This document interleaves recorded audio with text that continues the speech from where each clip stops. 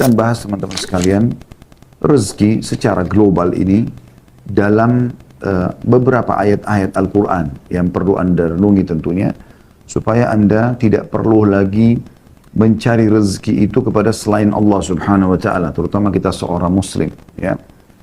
Kita coba buka surah Az-Zariyat, surah nomor 51, ayat 56 sampai 58. Surah Az-Zariyat, surah nomor 51, ayat 56 sampai 58, saya akan bacakan. A'udzu billahi minasyaitonir rajim. Bismillahirrahmanirrahim. Wa ma khalaqtul jinna wal insa illa liya'budun. Ketahuilah, kata Allah, aku tidak menciptakan jin dan manusia. Kita ada di muka bumi ini terus turun-temurun, dari bayi, kemudian anak-anak, kemudian remaja, kemudian menikah, kemudian tua, kemudian meninggal dunia. Itu kecuali semuanya hanya untuk beribadah kepadaku. Lalu Allah mengatakan, itu ayat 56-nya, ayat 57-nya, ma uridu minhum min rizqi wa ma uridu an yut'imun. Aku tidak menghendaki rezeki sedikit pun dari mereka, kata Allah. Dan aku tidak menghendaki supaya mereka memberiku makan. Jadi Allah Subhanahu wa Ta'ala sini menyebutkan kalau mereka pun ibadah, sholat, puasa dan mengerjakan semua ketaatan, Allah tidak butuh balasan apa-apa dari semua itu. Allah tidak butuh rezeki, artinya makna rezeki tadi yang sangat luas itu, ya, bukan hanya sekedar harta. Lalu Allah menjelaskan di ayat 58, dan ini inti daripada penyampaian masalah rezeki. Innallaha huwar razzaqu dzul quwwatil matin. Sesungguhnya Allah dialah zat yang maha pemberi rezeki, yang mempunyai kekuatan lagi sangat kokoh. Artinya tidak akan pernah habis stoknya. Allah tidak akan pernah memutus hambanya kalau mereka meminta. Bahkan ada yang tidak diminta pun diberikan. Seperti kasus sekarang kita menarik nafas. Bernafas ini kita tidak minta kepada Allah SWT. Allah sudah kasih. Anda bisa melihat layar Anda sekarang. Mata kita menangkap cahaya sehingga kita bisa melihat. Ini juga sebuah rezeki. Anda bisa mendengarkan sekarang suara saya. Sebuah rezeki. Ya, telinga Anda masih berfungsi. Mungkin tangan Anda masih memegang handphone dan coba membuka juga ayat-ayat Al-Quran yang kami sebutkan tadi di aplikasi Al-Quran. Juga sebuah rezeki. Berfungsinya jari-jari kita semua. Ya. Hati kita tersentuh, pikiran kita mulai mencerna dan akhirnya berpikir, ini juga rezeki yang luar biasa. Ya. Dan Allah tidak akan pernah berhenti memberikan rezeki hamba-hambanya. Anda tahu ayat kursi. Ya. A'udzu billahi minasyaitonir rajim. Allahu la ilaha illa huwal hayyu al-qayyum. Ya, hayyul qayyum. Ini Al-Baqarah surah nomor 2 ayat 255. Ayat kursi yang masyhur Anda dianjurkan baca selepas sholat, Anda dianjurkan baca di zikir pagi petang, membaca pada saat merasa tidak tenang hati, pada saat mau tidur, kita membaca ayat kursi. Artinya Allah yang tidak ada Tuhan yang berhak disembah kecuali Dia, yang maha hidup dan terus-menerus mengurus makhluknya, memenuhi kebutuhan-kebutuhannya. Bukan cuma kita manusia, jin, bukan cuma jin juga, hewan-hewan, tumbuh-tumbuhan. Ya, dari segala sesuatunya diberikan rezekinya. Dari kita masih di kandungan ibu kita, di dalam kantong air, dan saya terus ya, sampai hari ini teman-teman masih merenungi bagaimana bayi bisa hidup dalam sebuah kantong yang penuh dengan air dan dia bisa hidup.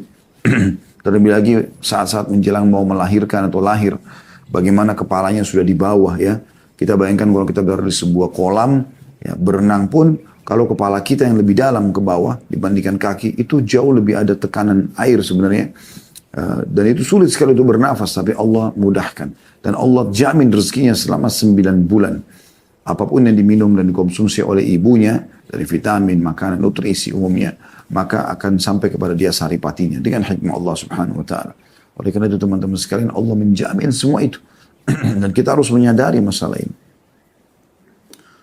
Dan dalam masalah ini, teman-teman sekalian, ada sebuah ceramah yang pernah saya dengarkan ya, dari salah satu dosen di Ummul Qura. Beliau bernama Dr. Muhammad, dan beliau mengatakan ada seorang teman, dia bilang menghubungi saya, dia bilang gitu ya, dia menceritakan orang ini butuh modal, butuh melunasi utangnya, intinya dia sangat butuh sekali. Kemudian dia telepon Dr. Muhammad, lalu dia mengatakan, saya butuh sekali rezeki, ajarkan kepada saya doa, mungkin saya bisa baca. Kata Dr. Muhammad, lalu saya teringat tiba-tiba, terlintas pada saat lagi telepon, kita sekilas begitu saja tentang ayat ini. Az-Zariyat 56 sampai 58 ya. Wa ma khalaqtul jinna wal insa illa liya'budun. Aku tidak ciptakan jin dan manusia kecuali untuk menyembah kepadaku. Ma uridu minhum rizqi wa ma uridu minhum an yut'imun. Aku tidak pernah, kata Allah, mengharapkan balasan rezeki dari mereka dan tidak berharap mereka berikan makan. Innallaha war-razzaqu dzul quwwatil matin. Allah adalah zat yang Razzaq, yang maha pemberi rezeki, tidak pernah habis stoknya, selalu siap setiap saat memberikan siapapun yang memohon kepadanya, bahkan yang tidak memohon pun diberikan ya.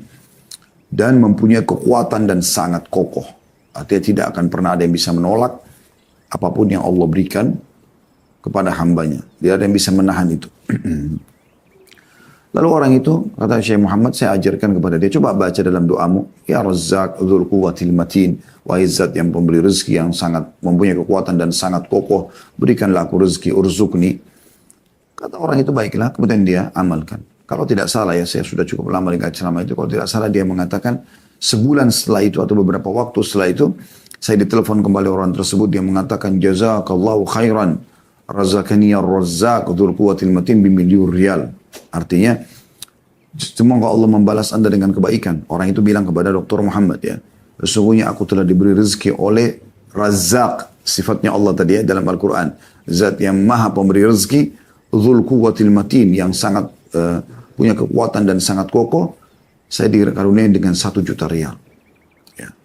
Ini salah satu yang berhubungan dengan ayat ini saja. Tentu ayat ini tidak, walaupun tidak dihubungkan dengan kisah Dr. Muhammad tadi, siapapun ya bisa mengamalkan dengan diikuti dengan keyakinan. Kemudian teman-teman sekalian, kita lihat dalam ayat-ayat Al-Quran agar kita menyadari tentang masalah rezeki ini. Anda bisa buka juga di dalam surah Ar-Rum, ya, surah nomor 30 dalam Al-Quran ayat 40. Ya. Anda bisa buka di aplikasi supaya bisa baca terjemahannya sekalian ya. Dan kita banyak membaca ayat Al-Quran di sini.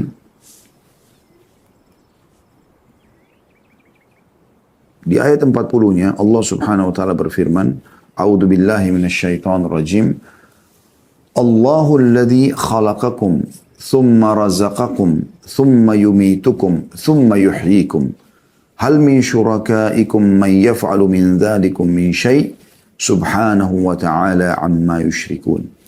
Artinya Allah lah satu-satunya, tidak ada lagi yang lain. Jadi orang yang kembali kepada ayat ini, kembali kepada Tuhannya Allah, maka pasti diberikan rezeki. Kepada selain Allah, perhatikan Allah katakan, Allah lah yang menciptakan kamu. Tidak ada yang menciptakan kita dari tidak ada menjadi ada kecuali Allah. Kemudian memberimu rezeki, nafas, cahaya bisa ditangkap oleh mata sehingga bisa memantulkan kembali dan melihat, telinga yang bisa menangkap suara sehingga kita mengerti apa yang sedang ditujukan kepada kita dari ucapan orang di hadapan kita. Tangan bisa menjamah, kaki melangkah dan seterusnya. Kemudian mematikanmu, kemudian menghidupkanmu kembali di hari kiamat di mahsyar nanti. Ya, kemudian kita akan menuju kepada kehidupan abadi. Adakah di antara yang kamu sekutukan dengan Allah itu? Pohon, keramat, jimat, batu, dan segala macam ini. Ya. Yang dapat berbuat sesuatu dari demikian itu, maha suci lah dia dan maha tinggi dari apa yang mereka persekutukan itu. Jadi di sini Allah Subhanahu wa taala memastikan dialah yang memberi rezeki, tidak ada yang lain. Jadi percuma minta kepada selain Allah itu tidak ada gunanya. Anda perhatikan juga surah Ghafir. Ya. Buka lagi surah Ghafir, surah nomor 40 ya. Atau tepatnya surah Mu'min ya, dua namanya ini ya, surah ini. Di ayat 64. Allah Subhanahu wa taala berfirman, surah Ghafir, surah nomor 40 ayat 64. A'udzu billahi minasyaitonir rajim. Allahul ladzi ja'ala lakumul arda qararan was samaa'a binaa'an wa sawwarakum fa ahsana suwarakum. وصوركم فأحسن صوركم ورزقكم من الطيبات ذلكم الله ربكم فتبارك الله رب العالمين. Allah lah yang telah menjadikan bumi bagi kamu tempat menetap, menghampar sekali. Dan ini tidak mungkin siapapun yang punya sekutu atau Tuhan selain Allah, coba sampaikan kepada dia, apakah dia yang ciptakan bumi? Ajak ngomong, tanya, datangkan buktinya, tidak akan pernah bisa. Apalagi kalau benda-benda mati, jimat, batu, pohon, yang jelas-jelas dalam mata manusia tidak mungkin bisa ngomong gitu ya. Allah lah yang telah menjadikan bumi bagi kamu tempat menetap dan langit sebagai atap. Lebih besar lagi langit. Dan membentuk kamu dan membaguskan rupamu. Alis seperti ini, mata, hidung, bibir, lidah, gigi, tangan, dan segala macam keindahan dalam tubuh manusia dan kesempurnaan yang luar biasa gitu. Serta memberimu atau memberi kamu rezeki dari hal-hal yang baik-baik. Ya. Artinya Allah sudah membuat fitrah kita teman-teman sekalian suka dengan yang baik-baik. Misalnya bau wangi, ya, penataan yang rapi, ya, itu kan fitrah kita suka, ya.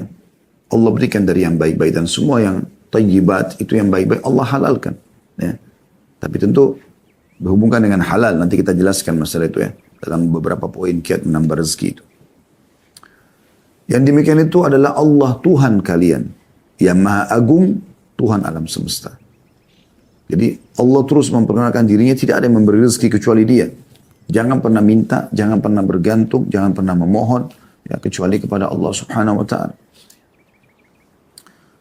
Juga Anda bisa lihat dalam surah Qaf, ya, surah nomor 50 dalam Al-Quran, di ayatnya ayat 6 sampai ayat 11. Ya.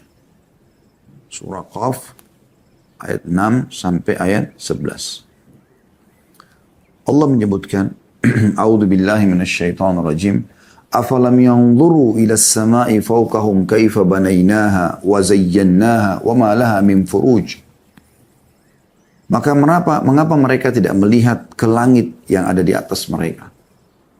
Bagaimana kami meninggikannya dan menghiasinya, dan langit itu tidak mempunyai retak sedikit pun. Allah mengajak kita berpikir. Jangan minta kepada selain Allah. Apalagi patung seperti orang-orang zaman jahiliyah dulu di Mekah. Ya, zaman sekarang pun masih ada orang seperti jahiliyah. Minta-minta pada patung. Minta-minta pada jin, syaitan, melalui para dukun-dukun. Minta-minta pada jimat, pohon, ya, lautan, matahari, bintang, bulan. Semua ini makhluk. Allah mengatakan itu. Coba pikir baik-baik. Mengapa mereka tidak melihat ke langit di atas kepala mereka? Bagaimana kami meninggikannya? Bagaimana kami menghiasinya dengan bintang-bintang, dengan matahari, dengan bulan? Dan mereka tidak temukan sedikit pun retak di langit itu. Pada Allah sebutkan lagi di depan mata kita bumi. Di ayat 7 itu tadi ayat 6-nya. Ayat 7-nya, wal arda madadnaha wa alqaina fiha rawasiya wa ambatna fiha min kulli zawjin bahij. Dan kami hamparkan juga bumi itu. Dan kami letakkan padanya gunung-gunung yang kokoh. Dan kami tumbuhkan padanya segala macam tanaman yang indah dipandang oleh mata. Siapa yang buat itu semua? Tidak ada yang memperlakukan diri seperti ini kecuali Allah. Ya. Bumi bisa ditinggali, dipijaki, dibangun rumah, ya, dicocok tanami, diambil hasilnya. Gunung-gunungnya, ada yang gunung berapi, ada gunung batu. Ya. Anda bisa lihat dan macam-macam, ada ilmu pengetahuan manusia yang Allah berikan supaya mereka mempelajari semua itu sebagai tanda keajaiban. Dan ujung-ujungnya mereka harusnya kembali, oh berarti penciptanya luar biasa nih. Sampai begini komposisinya, ya, sampai begini ukurannya. Sampai begini kekokohannya, lebarnya dan seterusnya. Allah mengatakan, ayat 8-nya, tabsiratan wa dzikra likulli 'abdin munib, untuk menjadi pelajaran dan peringatan bagi tiap-tiap hamba yang kembali mengingat Tuhannya. Mau mengenal Tuhannya, nah kembali kepada itu. Ya. Jadi jangan minta kepada atasan, jangan minta kepada mertua, orang tua, minta kepada Allah. Allah akan menggerakkan mereka untuk memberikan kebutuhan Anda. Kemudian Allah sebutkan di ayat 9-nya, وَنَزَّلْنَا مِنَ السَّمَاءِ مَاءً مُبَارَكًا فَأَنْبَتْنَا بِهِ جَنَّاتٍ وَحَبَّ الْحَصِيدَ. Dan kami turunkan dari langit air yang banyak manfaatnya, hujan. Shower di kamar mandi Anda kira-kira bisa menyala tanpa ada yang menyalakan? Atau mungkin ada shower itu tanpa ada yang memasangnya? Kan tidak mungkin. Itu juga air hujan yang turun dari langit. Bagaimana bisa air hujan turun dengan derasnya, ukurannya, ya kadarnya, kemudian waktunya, berapa lama. Tanpa ada yang mengaturnya. Allah mengatakan, dan kami yang turunkan air dari langit itu. Yang banyak manfaatnya. Lalu kami tumbuhkan dengan air itu pohon-pohon dan biji-biji tanaman, ya, yang diketam. Jadi banyak yang tumbuh, akhirnya bisa berbuah-buahan, bisa menampung air hujan turun dari langit supaya tidak banjir. Nah, kita tahu ada penghijauan, ada hutan, bagaimana para pemerintah di muka bumi ini juga menjaga ya, supaya jangan sampai hutan-hutan gundul dan seterusnya. Lalu Allah mengatakan di ayat 10-nya, وَالنَّخْلَ بَاسِقَاتٍ لَهَا تَلْعُنْ نَضِيدَ. Dan pohon kurma, perhatikan baik-baik, yang tinggi-tinggi dan mempunyai mayang yang bersusun-susun. Satu tangkai itu banyak sekali, bisa sampai ratusan butir, ya, bahkan ribuan butir kurma. Ya. Itu Allah jadikan sebagai tanda-tanda kebesarannya. Dan di sini Allah berikan gambaran kurma karena kurma buah dari sekian ratus jenisnya, ada beberapa jenis kurma kering yang bisa bertahan sampai tahunan, ya, tidak rusak. Tidak ada buah mungkin seperti ini. Ini manfaatnya sangat besar buat kesehatan. Lalu tentu kita tidak jabarkan ini karena ada bahasan sendiri masalah manfaat kurma. Anda bisa lihat di bahasan kami tentang Tibbun Nabawi atau penguatan Nabawi, insya Allah sudah ada di YouTube ya. Tapi inti bahasan ayat 11-nya, Allah mengatakan, semua itu rizqan lil ibad, wa ahyayna bihi baldatan maytan kadzalikal khuruj. Semua itu rezeki bagi hamba-hamba kami, untuk kami berikan, supaya untuk kebutuhan mereka. Dan kami hidupkan dengan air itu tanah yang mati atau kering, seperti itulah terjadi kebangkitan. Di sini kita bisa lihat bagaimana Allah Subhanahu wa taala menitik beratkan masalah itu. Nah, rezeki ini teman-teman sekalian, yang perlu digarisbawahi, rezeki ini bukan, ada rezeki yang datang kepada kita tanpa kita punya upaya. Seperti tadi saya sebutkan, oksigen yang kita hirup, yang ditangkap cahaya oleh mata kita, ya, suara yang ditangkap oleh kuping, ini kesehatan kita bangun, kita sudah sehat, bisa beraktivitas. Ini tanpa kita minta pun Allah sudah kasih, termasuk nyawa, ya, kehidupan kita di muka bumi ini sampai batas ajal yang sudah Allah tentukan. Ya. Jadi ada beberapa rezeki memang yang sampai kepada kita. Kita minta atau tidak minta ada dikasih oleh Allah Subhanahu wa taala. Ada rezeki teman-teman yang tidak sampai kecuali kita memang harus berusaha. Ya. Inilah pernyataan Imam Ahmad rahimahullah pada saat beliau menjelaskan tentang sebagian orang yang duduk manis, kemudian dia mengatakan saya duduk saja nanti rezeki saya akan datang. Yang dimaksud sini adalah masalah harta ya. Pendapatan harta, pekerjaan, mungkin kalau kita sekarang pendidikan, jodoh, ya, pernikahan. Dengan dia duduk, dia nggak mau, sudah nanti rezeki saya akan datang sendiri. Ini yang beliau mengatakan, ini adalah kebodohan yang nyata. Dan Umar bin Khattab pernah memukul dan menghardik orang-orang, mengusir dari masjid pada saat ditanya, kalian ngapain di sini? Mereka bilang, kami sedang bertawakal kepada Allah. Ya, kami menunggu rezeki kami. Maka kata Umar, kalian mengatakan, menunggu rezeki sementara kalian tahu bahwasanya Allah tidak mencatatkan langit menurunkan atau menghujankan emas dan perak, keluarlah dan cari rezeki di luar sana. Sufyan ats-Tsauri rahimahullah, seorang ulama tabi'in, juga pernah berkata seperti itu kepada orang-orang yang duduk di masjid. Lalu ditanya oleh Sufyan rahimahullah, habis sholat Jumat kalian ngapain di sini? Masjid haram duduk. Mereka mengatakan, kami al-mutawakkilun 'ala Allah, kami bertawakal kepada Allah. Dah kami duduk aja begini, nanti ada rezeki datang ya sudah datang, kalau enggak ya enggak gitu. Maka kata Sufyan tadi bukan begitu memahaminya. Kalian harus keluar cari. Allah suruh kita mencari. Ya. Dalam surah Jum'ah kan Allah sebutkan begitu. فَإِذَا قُضِيَتِ الصَّلَاةُ فَانْتَشِرُوا فِي الْأَرْضِ وَابْتَغُوا مِنْ فَضْلِ اللَّهِ. Kalau selesai sholat Jumat, maka menyebarlah kalian di muka bumi, lalu cari rezeki itu. Suruh cari. Ya. Jadi kita kalau ada rezeki-rezeki seperti kita mau punya pendidikan, ijazah supaya kita punya kedudukan di masyarakat, kita bisa mengajar, kita bisa menggunakan ijazah itu untuk bekerja, kita harus sekolah kan, kita harus sekolah, mendaftar dulu, ada upaya, kemudian kita ikut kuliah atau kita ikut sekolah, kemudian kita lulus dengan nilai yang bagus, dan seterusnya yang berhubungan dengan masalah itu. Begitu juga Anda mau bekerja, tidak bisa Anda duduk di rumah lalu nanti pekerjaan datang sendiri, tidak, Anda harus keluar. Begitu juga dengan jodoh, Anda menikah, dulu saya nanti jodoh saya datang sendiri, nggak bisa, Anda harus ikhtiar, ya. Mencari, menanyakan, lalu kemudian Anda selebihnya Anda serahkan kepada Allah Subhanahu wa taala, ya. Jadi rezeki itu kalau saya gambarkan ibarat, ini coba mudah memahami saja ya. Ibarat pohon, ada buahnya yang berjatuhan, ada buahnya yang bergelantungan. Kalau buah yang berjatuhan ini Anda tinggal pungut, selesai Anda dapatkan sekian tadi oksigen, Anda tinggal hirup. Ya, mata tinggal cahaya tinggal ditangkap oleh mata, telinga tinggal ditangkap oleh kuping, dan seterusnya lah. Ya. Ya, mungkin panjang sekali kalau kita rincikan. Intinya itu contoh-contohnya. Dan ada rezeki, ada buah yang Anda naik pakai tangga untuk mengambil buah itu. Ya. Jadi sudah kita kasih contoh-contohnya. Anda mau punya ijazah sekolah, Anda mau punya jabatan, Anda mau menikah, ya. Anda mau mengembangkan, mau lebih banyak lagi pendapatannya. Memang ini harus dengan upaya ya. Seperti kita misalnya sudah S1, ngajar di kampus ya. Gajinya misalnya 5 juta. Lalu saya berpikir saya ingin gaji lebih besar ya. Bagaimana caranya? Oh, kalau orang S2 di kampus, kalau kita bicara lingkup jadi dosen misalnya. Orang kalau S2 gajinya lebih besar. Dari kalau S1 ini contoh saja, misal 5 juta. Kalau orang S2 gajinya 7 juta. Kalau orang S3 gajinya 9 juta atau 10 juta. Kalau orang profesor bisa lebih banyak gitu kan.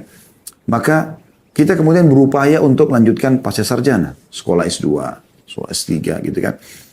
Nah ini memang upaya. Jadi kita memperbanyak pendapatan kita dengan upaya gitu. Allah SWT memberikan sesuai dengan upaya hambanya gitu kan. Kemudian juga orang yang bekerja, misalnya orang buka restoran, orang buka satu unit usaha apa. Kemudian dia ingin kembangkan. Maka dia berusaha, dia pelajari, kemudian sampai dia bisa membuka cabang yang lain. Dan seterusnya. Sampai ada orang, Masya Allah, Tabarakallah, Allah mudahkan sampai seluruh dunia dia punya ya cabang-cabang usahanya. Allah berikan taufik. Kenapa? Karena dia berusaha. Padahal sebenarnya dia manusia seperti kita. Punya 2 mata, punya 2 telinga, dia punya waktu 24 jam, dia tidak lebih daripada itu. Sama dengan kita. Tapi kenapa mereka bisa? Karena mereka berusaha. Ya, mereka berusaha. Dan ini yang dimaksud dengan makna ayat tadi. Ya.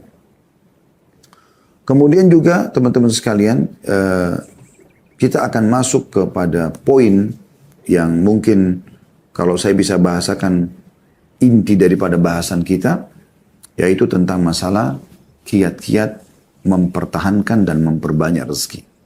Insya Allah saya akan sebutkan tidak kurang dari 19 poin, tapi kita coba ringkaskan, ya, karena ini setiap poin pun cukup panjang bahasannya. Tapi saya akan coba memberikan, mudah-mudahan teman-teman sudah bisa menyiapkan pena dan kertas untuk menulis, kalaupun menulis ya. Insya Allah itu akan banyak manfaatnya. Kiat yang paling pertama, teman-teman sekalian, yang harus kita fahami adalah syukur. Syukur. Ya. Mensyukuri nikmat yang Allah berikan. Tidak akan pernah bertambah sebuah nikmat tanpa syukur. Ya. Dan ingat, tolok ukur melihat nikmat itu adalah dengan pandangan agama. Jangan pernah mengikuti hawa nafsu Anda. Ini penting sekali. Ya. Karena banyak orang, karena dia mengikuti hawa nafsunya, maka dia melihat makanan misalnya depan matanya belum mencapai target yang dia inginkan, maka dia tidak syukuri. Padahal sebenarnya itu sebuah nikmat. Ya, kita renungi dulu dalil-dalilnya, baru kita akan coba berikan beberapa contoh berhubungan dengan masalah ini. Misalnya yang pertama, teman-teman sekalian, Anda lihat surah Ibrahim, surah nomor 14 dalam Al-Quran. Ini ayat yang sangat masyhur ya. Ayat 7-nya, surah Ibrahim, surah nomor 14 ayat 7. A'udzu billahi minasyaitonir rajim. Wa idh ta'adzana rabbukum la in syakartum la azidannakum wa la in kafartum inna azabi lasyadid. Ingatlah, maksudnya pelajarilah, ya. Katakanlah Tuhanmu memaklumkan atau menyampaikan, mengikrarkan, dan juga Allah menetapkan sebagai sebuah peraturan. Sesungguhnya jika kamu bersyukur pasti, ya, aku akan tambah, dan jika kamu mengingkari dalam kurung nikmatku, maka sungguhnya siksaku amat pedih. Ada bisa di sini bagaimana Allah Subhanahu wa taala menekankan masalah itu. Syukur. Dan kalimat syukur itu alhamdulillah sederhana sekali. Tidak mengambil energi, tidak mengambil banyak waktu. Dan perlu Anda aplikasikan syukur itu dalam realita, ya. Seperti misalnya selain lisan kita bersyukur, hati kita meyakini, kita juga realitakan itu. Maksudnya bisa kita diberikan makanan, kita juga berbagi pada orang, ya. Kita coba berbagi itu sebagai tambah penyempurnaan terhadap syukur tersebut. Makin Anda berbagi dengan orang lain, maka makin terbuka pintu-pintu rezeki itu. Itu bentuk aplikasi syukur, ya. Karena banyak orang selalu cuma mau menerima, cuma mau ditraktir, ya. Cuma mau diberi, tapi tidak pernah mau memberi. Nah ini berbeda, tidak memahami makna syukur yang sebenarnya. Juga Anda bisa lihat Allah SWT sebutkan dalam surah Al-Ankabut, surah nomor 29 ayat 17, ya. Surah nomor 29 ayat 17. Silakan Anda buka. Allah berfirman, A'udzubillahi minasyaitonir rajim. Innama ta'buduna min dunillahi awthanan wa takhluquna ifka. Innal ladzina ta'buduna min dunillahi innal ladzina ta'buduna min dunillahi la yamlikuna lakum rizqan fabtaghu 'indallahi rizqa wa'budu washkuru lahu ilaihi turja'un. Artinya sungguhnya apa yang kamu sembah selain Allah itu adalah berhala. Tidak ada manfaatnya. Kuburan, patung, jimat, pohon, apalah selain daripada Allah. Berhala. Ya. Dan kalian buat-buat itu dengan dusta. Bohong. Oh ini punya kekuatan, ini bisa memberikan rezeki, ini bisa menyembuhkan penyakit. Dusta besar. Ya. Allah mengatakan itu. Ya. Kalau itu semua ifka, kedustaan. Orang-orang Mekah begitu. Mereka bawa patung, yang uniknya mereka yang datangkan batu itu, mereka yang pahat, mereka yang ukir, mereka yang bentuk matanya, hidungnya, mulutnya, mereka yang warnain, mereka yang kasih nama, lalu mereka panggil Tuhan. Ini kebodohan yang luar biasa, gitu kan? Berapa banyak orang juga begitu dalam sholat. Iyyaka na'budu wa iyyaka nasta'in.